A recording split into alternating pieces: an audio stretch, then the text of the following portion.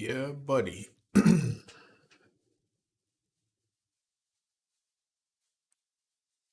We should be live now.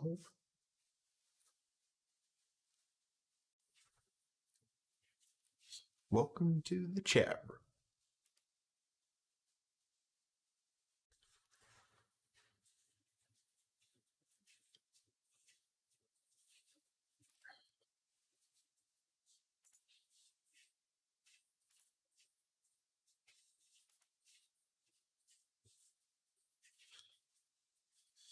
All right.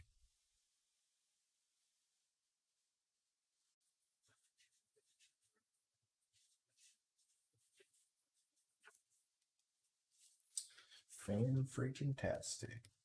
That's what I'm talking about.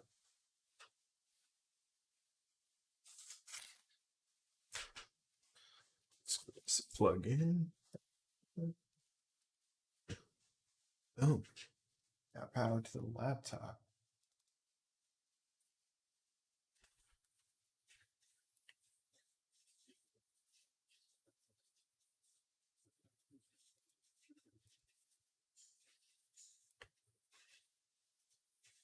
Looks like we're live. Yep, we are live. Good to go.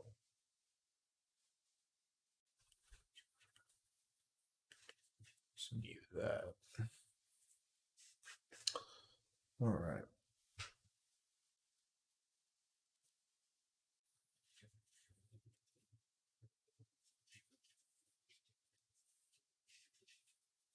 Mm-mm.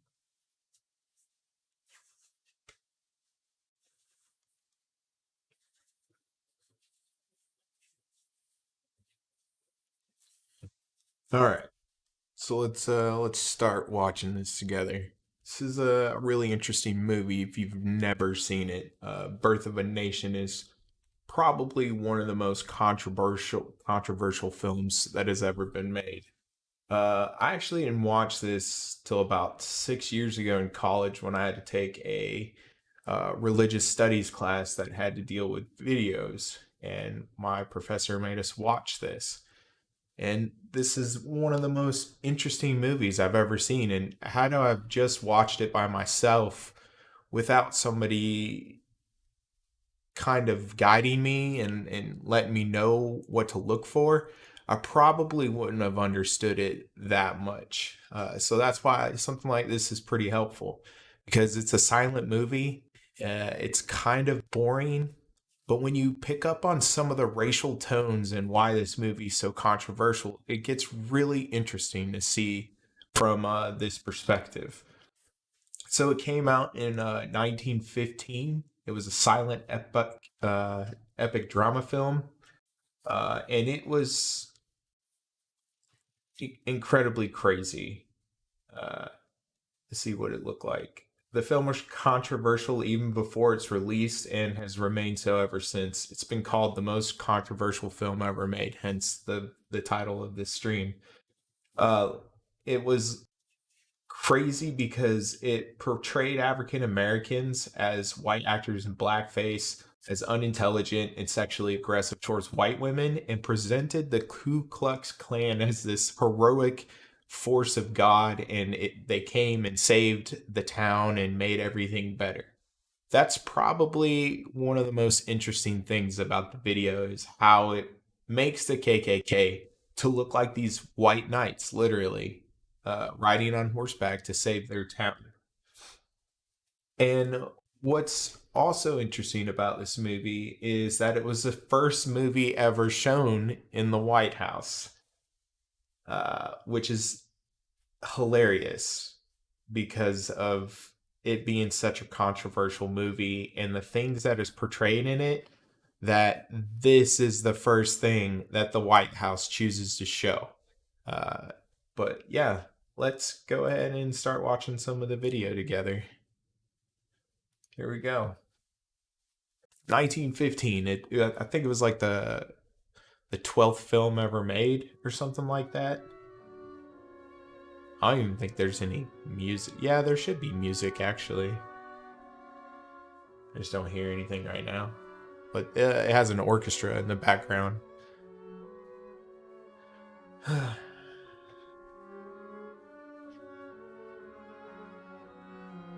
There is no exception to this rule.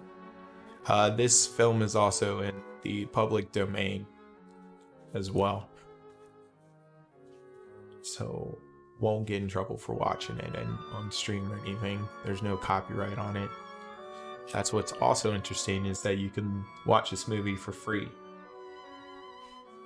This is interesting too. We do not fear censorship, for we have no wish to offend with improprieties or obscenities, but we do demand as a right the liberty to show the dark side of wrong, that we may illuminate the bright side of virtue, the same liberty that is conceded to the art of the written word.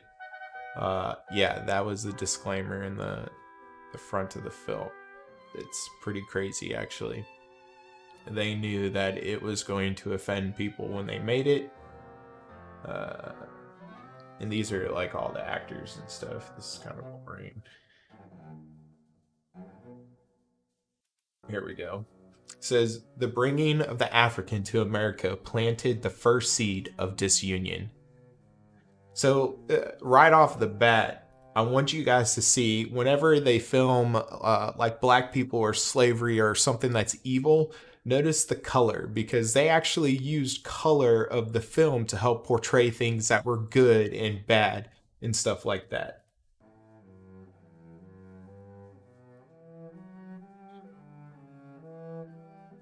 I have no idea what's going on. I think he's blessing the slave or something like that. So this is the abolitionists of the 19th century demanding the freeing of the slaves.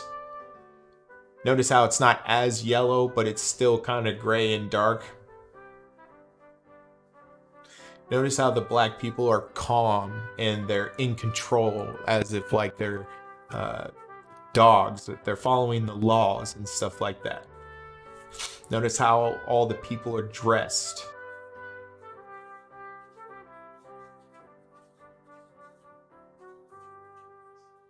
In 1860, a great parliamentary leader, whom we shall call Austin Stoneman, was rising to power in the National House of Representatives. We find him with his young daughter, Elise, in her apartments in Washington. I think it's Elsie, actually, sorry. I messed that one up.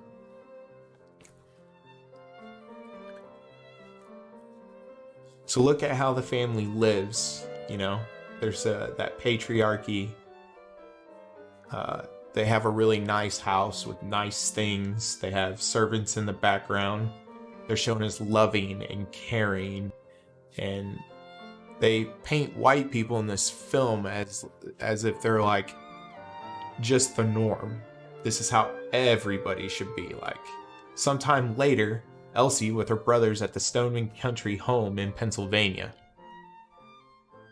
So now they're outside, and you can see there's a letter. True to my promise, brother, and I am coming to visit you, arriving in Piedmont on Friday next. We are both just dying to see you again and to meet your kith and kin. I think those are the kids.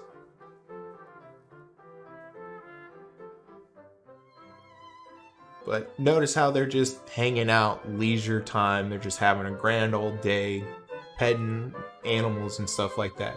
When you switch to the slaves and black people, you'll notice how they paint them differently.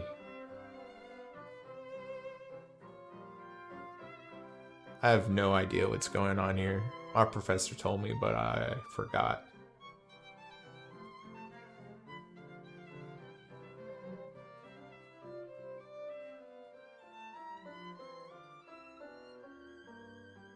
Got her and that cat. It's weird because I thought that there was music or an orchestra playing in the background, but I guess they don't have the sound in this one.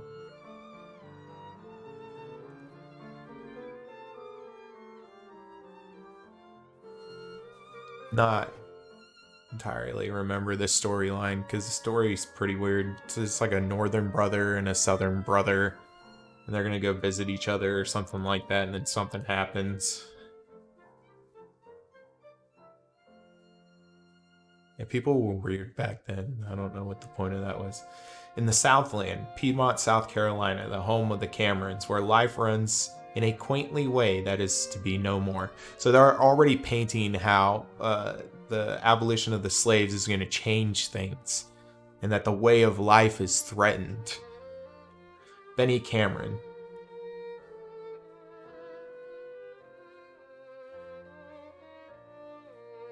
I think that's her brother. Notice how they're just falling out and they're treated like trash.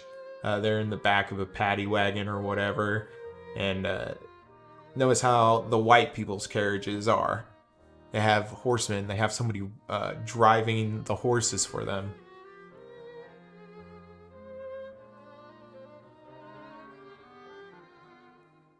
I should say horses driving the cart.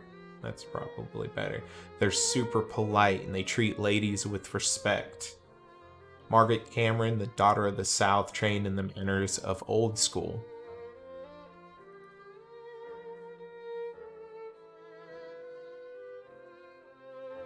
There's some like comedy here, but it's out of my range, I guess. I don't really find a lot of this stuff funny. But I mean, this was probably pretty interesting when this is like the 12th movie ever made. Just seeing mundane, everyday life.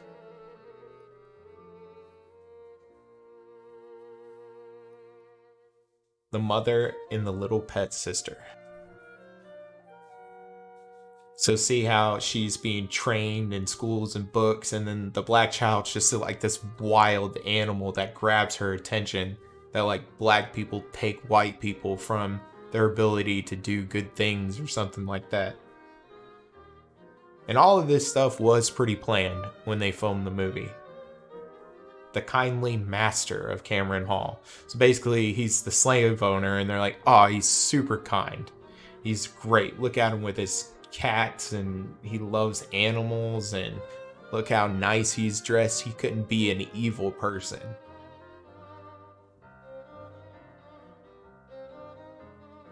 Anybody else find it weird to watch dogs and animals from so far away?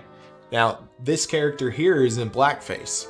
That's a white male portraying a black mammy. Notice how they like to clap their hands like they're children.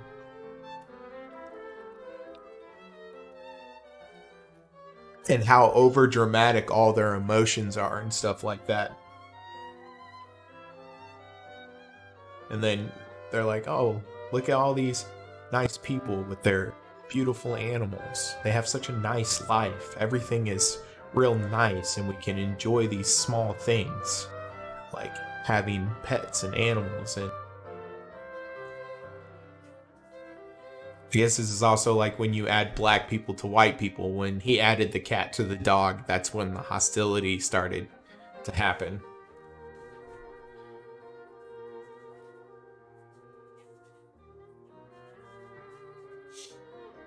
Can't remember what this letter's for. I think it's about... Oh, I think that's his brother sending him a letter. That was the one that you saw in the beginning of the movie. Yeah. I guess those two girls were kith and kin.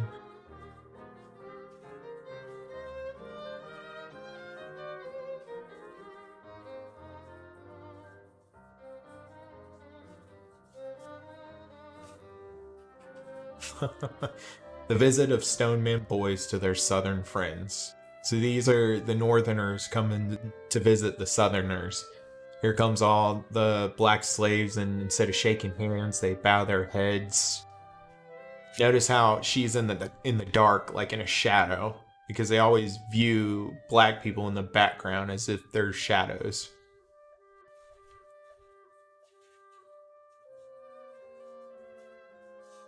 And look how excited she is, like even more excited than the family members are. And they walk right past her. Now look, the caretakers of the home, that guy looks like the candle because he's just standing. He looks like a piece of property in the video. Like they're just there.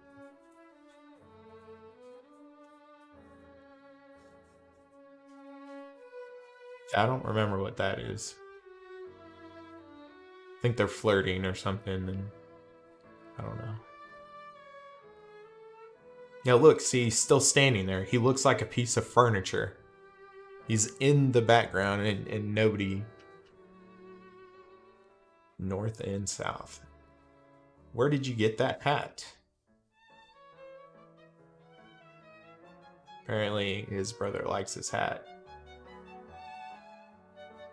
And now they're like play fighting like back in the day. See how the slaves move in the house? Very controlled and robotic like. That's important to know.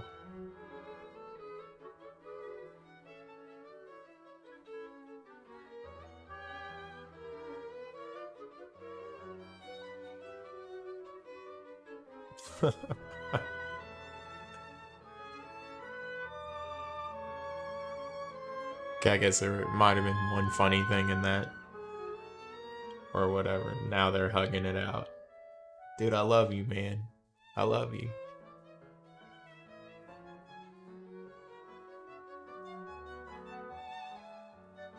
I don't know who that guy is. It's really hard to know who people are when there's no dialogue you can hear. And there's nothing on the screen really explaining much.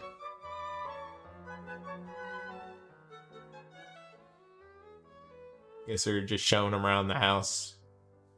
Over the plantation to the cotton field. So notice how it's green. They shifted the color because they're entering where the slaves are. And then the color makes a difference.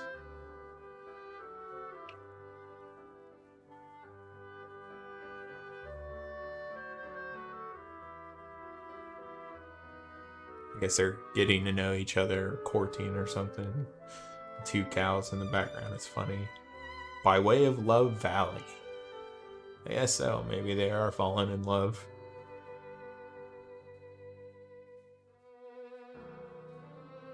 Yeah, interesting love stories. So here are the slaves picking cotton. They look like they're enjoying it, like they're having a good old time, because that's what slaves did when they picked cotton. They laughed, they had fun, they enjoyed it. They're saying, "Top of the morning to you, sir," and they're super excited. They don't look like they're beat up or anything. They look well maintained. Here he is explaining to him what the cotton is.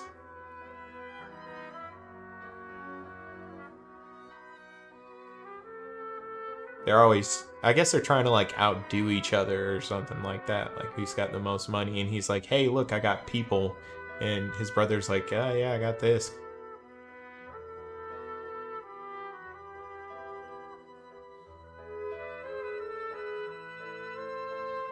He finds the idea of his dreams in the picture of Elsie, Stoneman, his friend's sister, whom he has never seen.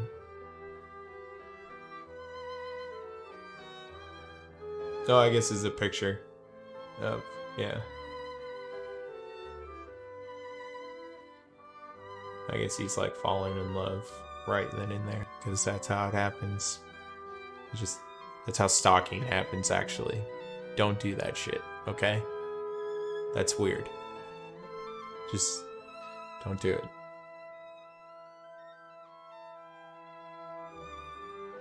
Yep, but they're just hanging out in the background, picking cotton. There. Oh, have a good one. Yep, just having fun. There we go. Very nice. My masters. In the slaves' quarters, the 2-hour interval given for dinner out of their working day from 6 till 6. So they work 12 hours, and then they have like a 2-hour interval for dinner. Now notice, they're all in like shacks and stuff like that. There's dirt road. Look at these people these are blackface. And this is how they portray black people in their spare time, is they just like to dance like monkeys and giddy on up. Yep, let's go. And like they're crazy animals. And but when you were looking at how they were hanging out, this is not what they were doing. Look at their dress, and they look like they're possessed by demons or whatever. But you didn't see this in the white portion of the film. They were just hanging out, reading books, studying, enjoying pets and stuff. But they dance like animals and act like monkeys and have a hooting and hollering. That's what they do on their free time because they're wild animals. And they don't know how to dress. And they love what they're doing. They're very excited and very happy about being slaves. They have this great community. The Gathering Storm, the power of the sovereign states established when Lord Cornwallis surrendered to the individual colonies in 1781, is threatened by the new administration. So now they're going to start talking about the politics of things and how the abolition, something of slavery happens. If the North carries the election, the South will secede. So they're talking about Abraham Lincoln being elected because they don't want to give up their slaves. It's kind of like a lot of conversations we have. If we don't do something, then all the right-wingers will have a civil war. The Stoneman Library in Washington, where his daughter never visits. Charles Sumner, leader of the Senate, confers with the Master of Congress. Some weird terms. But he has political power, so he's talking specifically with the Master of Congress right now. They're just having a conversation. That guy looks like he has a lot of makeup on too. It's kind of weird, but whatever. So that's their housekeeper. They're wearing blackface. And I guess she's complaining or something like that. That guy's hair is so weird. Oh yeah, that's because it's like a wig or whatever. He's bald. Notice how it's like focused in on him and there's a larger picture for them. They use a lot of film techniques to get emotions. The mulatto are roused from ambitious dreamings by Summer's court orders. So he calls him mulatto, so I guess he's not like a white person.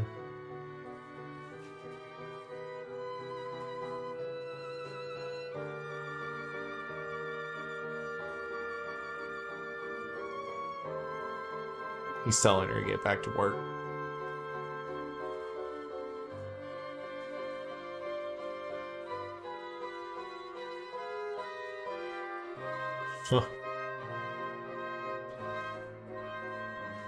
And I think they always try to paint slave women as like always trying to be adulteresses or seduce men or something like that. Like they can't be trusted.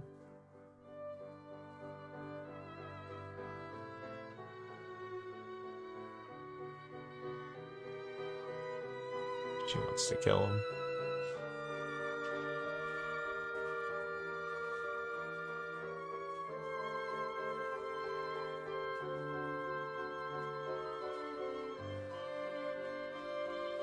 Notice how they're showing her emotion as like a spitting wild animal who just needs to rip off their clothes because they have to be naked or whatever.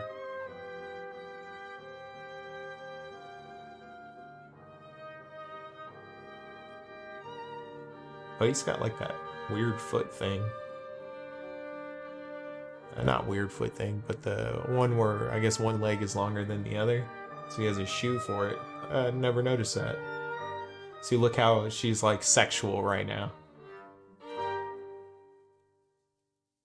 That black women are nothing but like sexual demons, and that's all they think about. So if a man sleeps with one, then they can't be blamed for it. The great leader's weakness, that is to the plight of nation.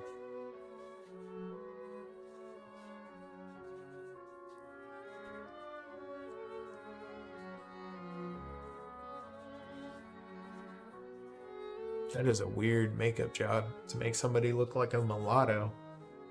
That's for sure. Look at his glasses. When's the last time we had glasses like that? I see George Washington back there, but I don't know who else that is. It's interesting. Yeah, look, see, he's like trying to touch her now. Because it's all about sexualness with mulattoes and black people in this movie, that they can't control their sexual urges, that they're animals. The visitors called back to their northern home. The chums promised to meet again. So I guess they're leaving, and they promise that they'll meet again. Young Stoneman vows the old vow that only dream shall be of her till they meet again. And I'm pretty sure she's like 11 or 12. Fucking weird. Guy's at least 30.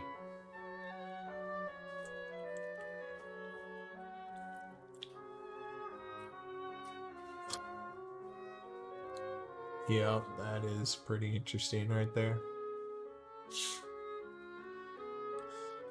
Notice how you don't see any slaves anymore. Oh, she's like in the very back, like she's part of the background as usual. Look at her, watch her face. See if there's a lot of emotion in it. Exaggeration.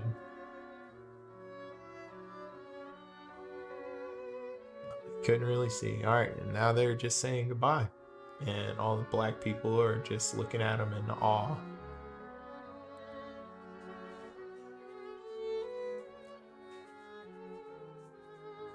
And then they just like chase carts like dogs. See how well-mannered their child is? It's because she's white. She's probably like, damn it, I left the stove on.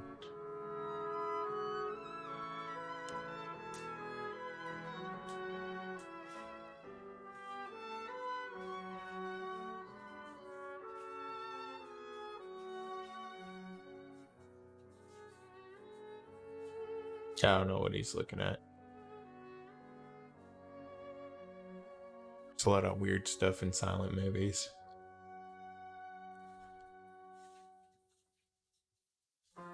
First call for 75,000 volunteers. President Lincoln signing the proclamation.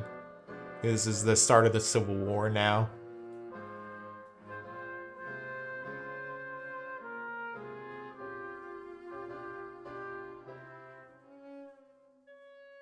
Oh, yeah, look, there he is, Abraham Lincoln. It's an interesting portrayal of him.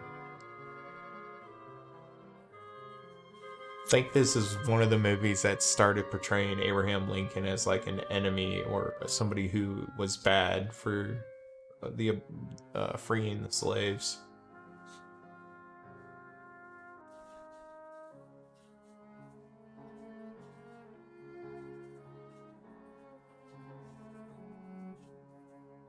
Imagine this is also being shown in the White House. The first movie ever in the White House.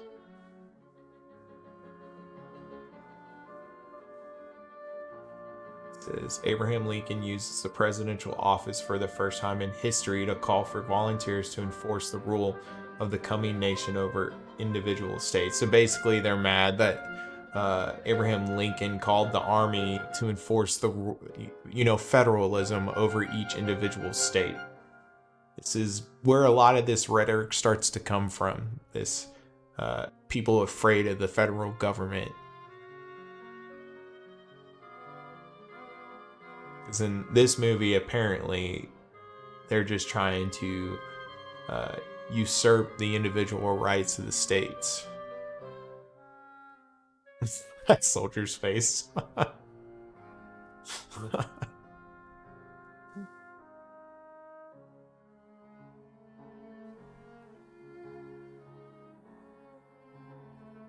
Is he crying and praying?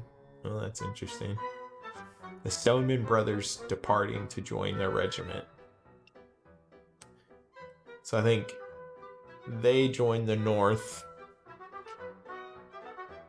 And then the guy from the South, I think, joins the Southern Army.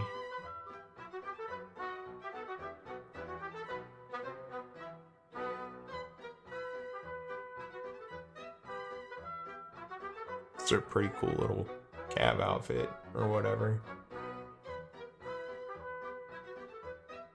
Probably itchy as crap.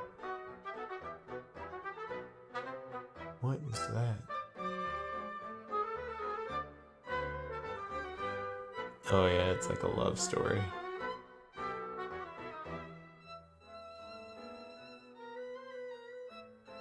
Oh, and then you gotta cry that your guy's going off to war. After the first Battle of Bull Run, Piedmont's farewell ball on the eve of the departure of its quota of troops for the front.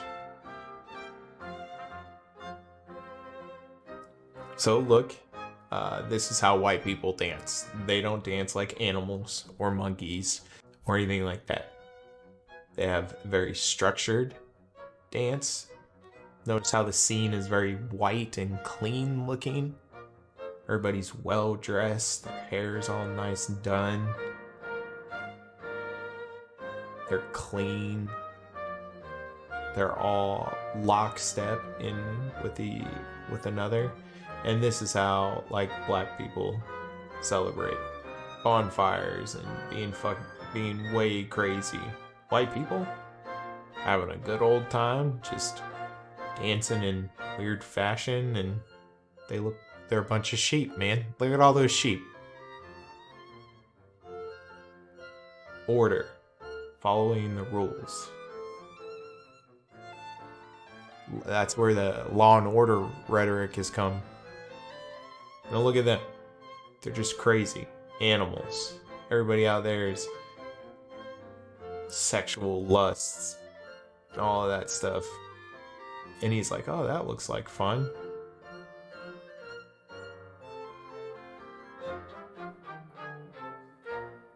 While the youth dances the night away, children in old age slumber.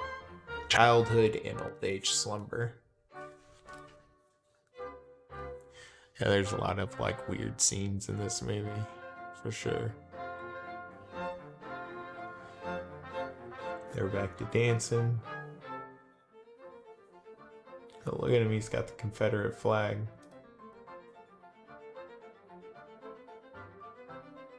He came to see her. The like 14-year-old girl. Oh, she's like 12.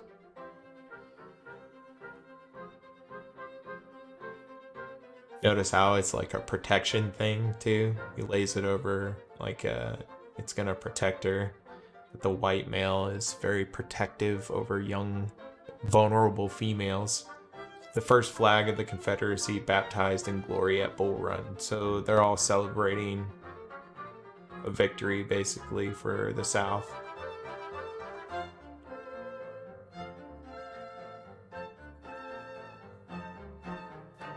They're all excited. Jumping with joy. They're so excited about everybody's having fun.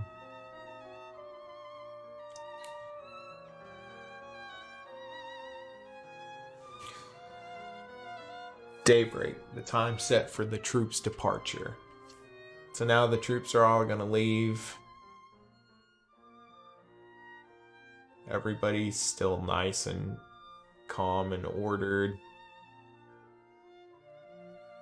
And everybody's celebrating. They're all excited that they're leaving. The black people are chasing them in the streets like dogs and animals. All the white people are just like, hey, the assembly call.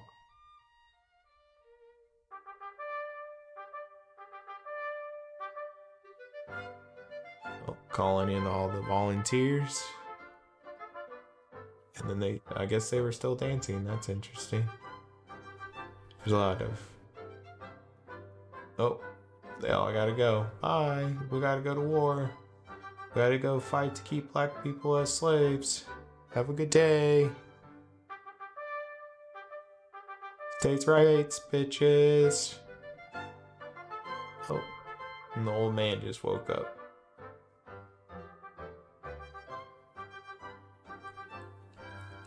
All the women are sad that they're leaving. Their state flag, the spirit of the South. which is basically like weird stuff.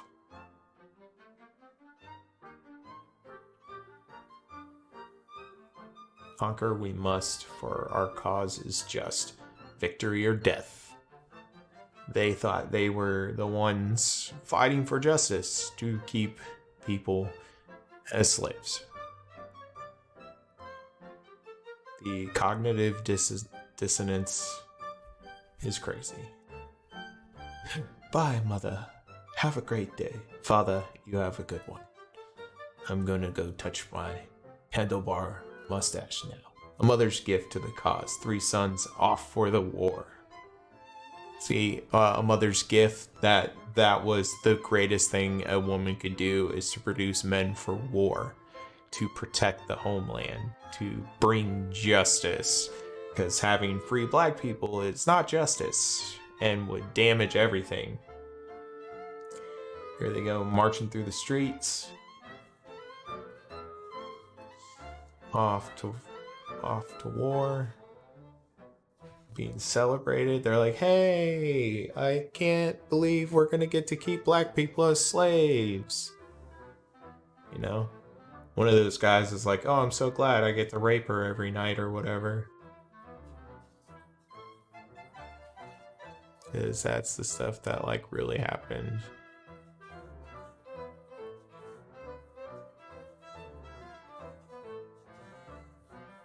They're all being celebrated. But this is also demonstrating the patriarchy and order leaving the town. You'll see in later in the film how the town changes with the absence of them and when black people gain their freedom.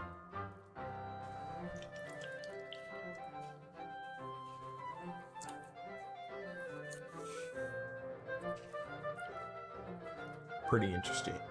Just tell him. Hi-ho, Soma. That's what he said. We're off to see the wizard, the wonderful Wizard of Oz. Because... Yeah, they're not gonna go see the wizard. I wonder what their wish would be if they were going to see the Wizard of Oz. States' rights so I can own slaves. If they only had a brain. I'm just joking, they had brains. Oh, see, look at the black people all crazy. Oh, my sweet dear, I'm so sorry. You'll see your sons again.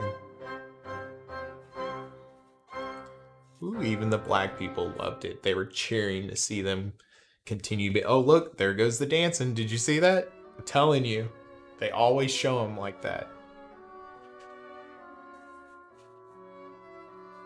Oh, you did so good, raising 3 sons to fight for justice.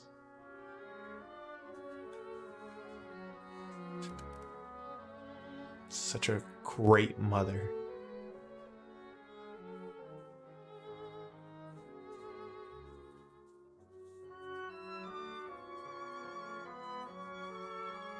Oh, she's like in love with that flag now.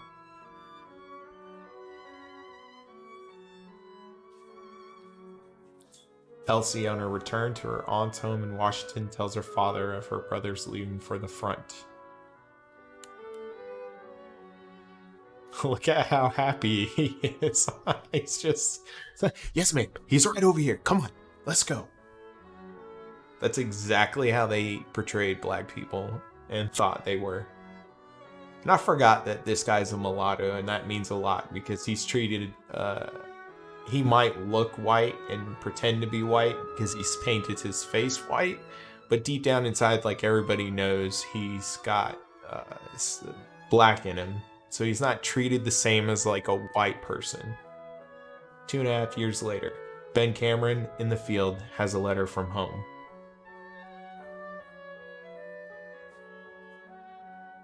So I can't remember, I think somebody dies.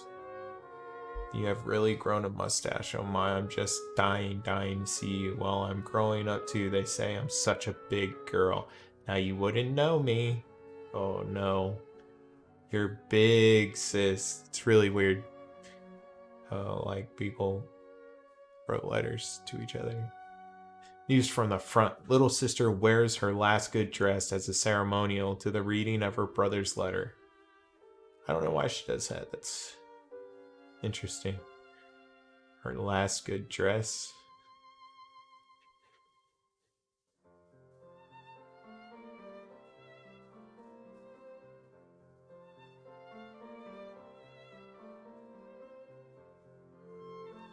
I have no idea what that letter says either, but I'm sure it's exciting.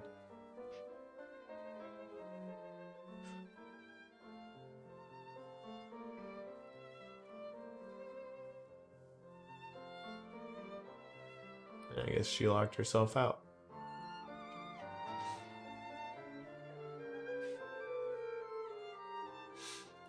What the heck is on... What is she wearing up top? She looks like a Christmas tree with a nest on her head. I can't believe that was ever the style. You know what? I'm going to talk shit, and like in 5 years, that will probably come back. Piedmont scarred by the war, an irregular force of guerrillas raids the town. The first Negro regiments of the war were raised in South Carolina.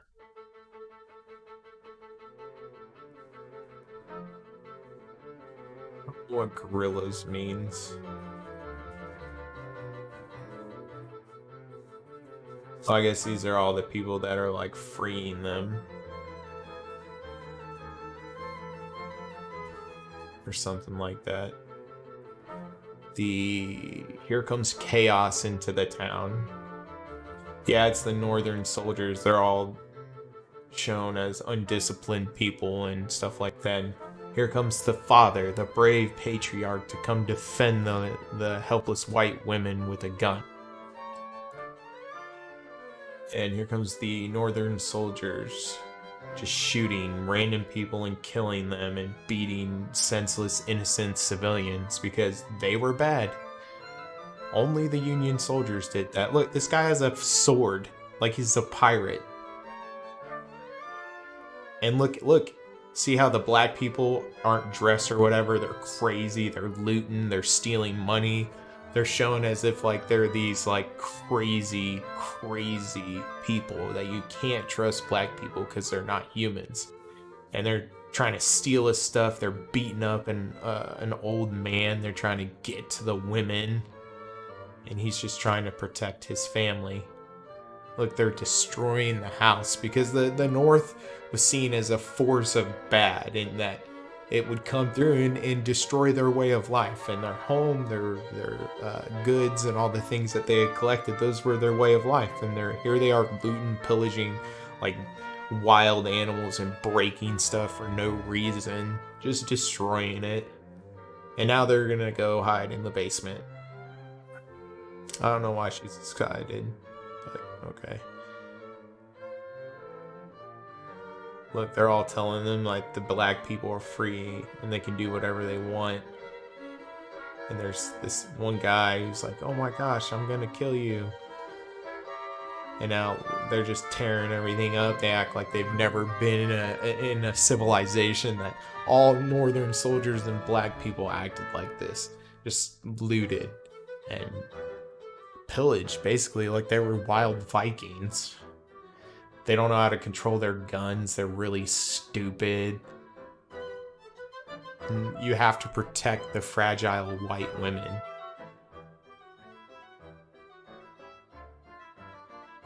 Confederate troops. Oh my gosh, they're attacking the city. We got to go defend our people. We can't have black people running around.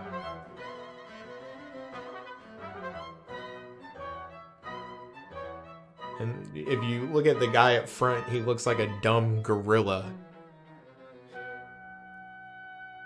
They're using random warfare and just acting crazy, just killing whomever. And then they hear that there's the cavalry coming, like, oh god, we're scared. Because they thought the southern forces were much better than the northern forces were, and the North knew that. And here they are, they're gonna start retreating because they're cowards. They don't fight.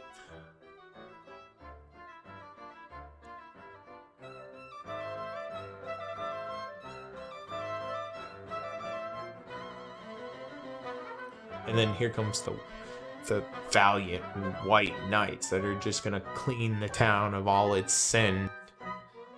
That actually becomes more important with the KKK later. But see how easily they just come through like in a cloud of smoke and just destroy everybody, no questions asked. That black slave was like, "Nah, I want to be a slave. Leave me here. I need to help them put out the house fire." Look, they're like using tactics and they're moving as units. And then when you saw the Union soldiers come in, they were just going, oh, willy-nilly. Now the screen's white because everything's good. They've been rescued. The women are so thankful. They're just so helpless.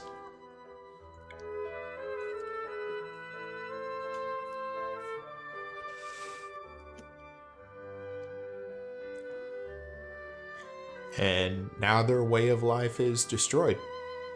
This is what the North did. They destroyed their home. Letters from home revive tender reveries for the little. Oh man, that dude's mustache and hair is just insane. Insane. I wish I had a mustache like that. He still has that picture. Yep. Why is she looking off into the sky? Like, what is she looking at? It's weird. Haha! Almost went in my pocket, but not today. The chums meet again. So I guess the brothers are coming back to meet again.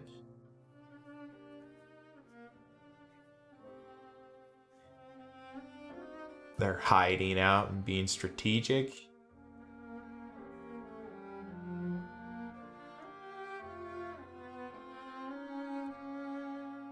Oh, that guy. Oh, what'd they do? Oh, yeah. Oh, I guess he finds his brother on the battlefield. Or like his uncle or something. And he faints. And then his brother gets killed because he showed a sign of weakness and didn't kill him straight up.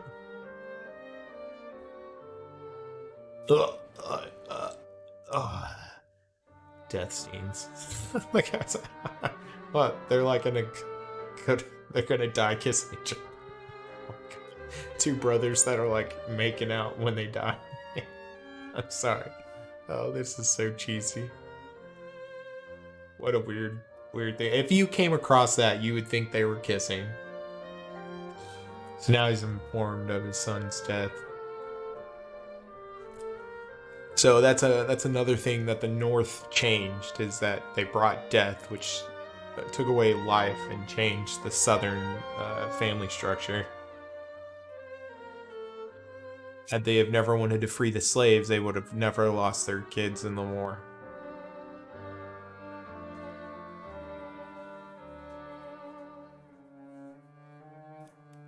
I think there's still one brother left or something like that. Or I don't remember who the chums were, actually.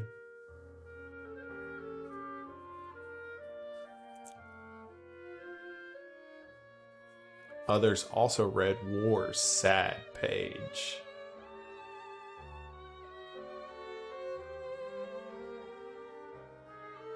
I think it's basically that the South isn't doing too well.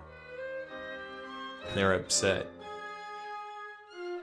But they're not the last of their dearest possessions to be sold for the failing cause. So basically, they gave everything to the war effort, and they gave all their property so that they could sell it and raise money for the cause. And now they're going to be poor because of this. It's the North's fault.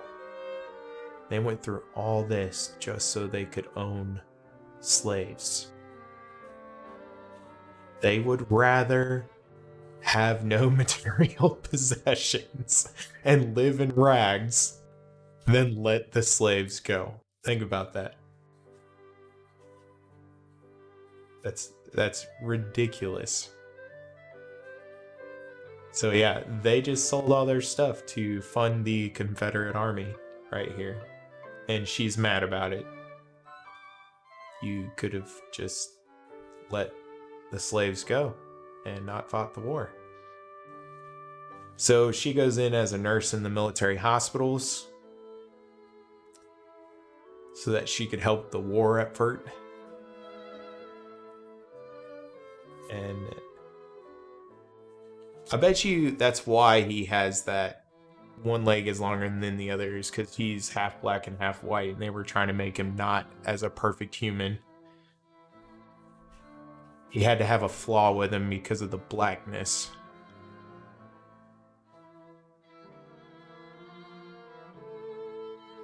Yeah, sorry, this is a silent film, but it's one of the most interesting films to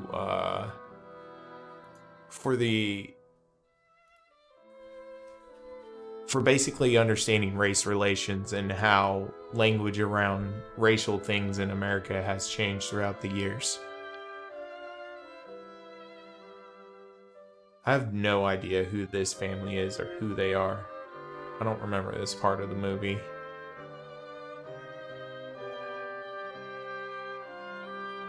I guess everybody's having to leave their southern homes, and this is the women who were back, afraid, helpless in the nature, and needed their strong men to save them.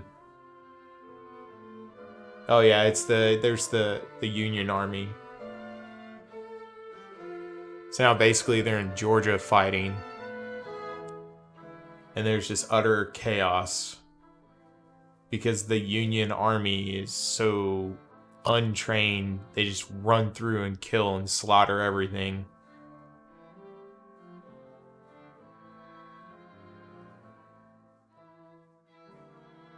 And yeah, this scene is blue too, for a reason.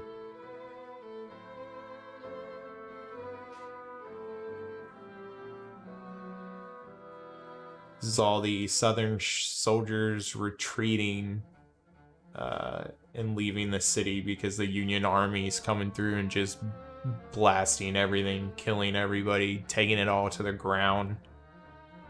They're just wild animals.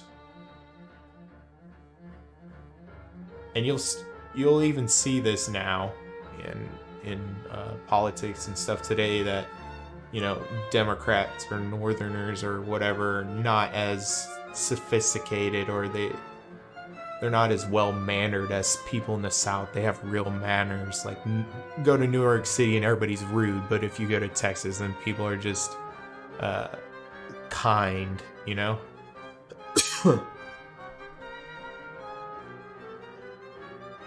Alright, I think I'm gonna pause here and do a part 2 sometime soon. So thanks guys for watching, and we'll pick up when it gets a lot spicier.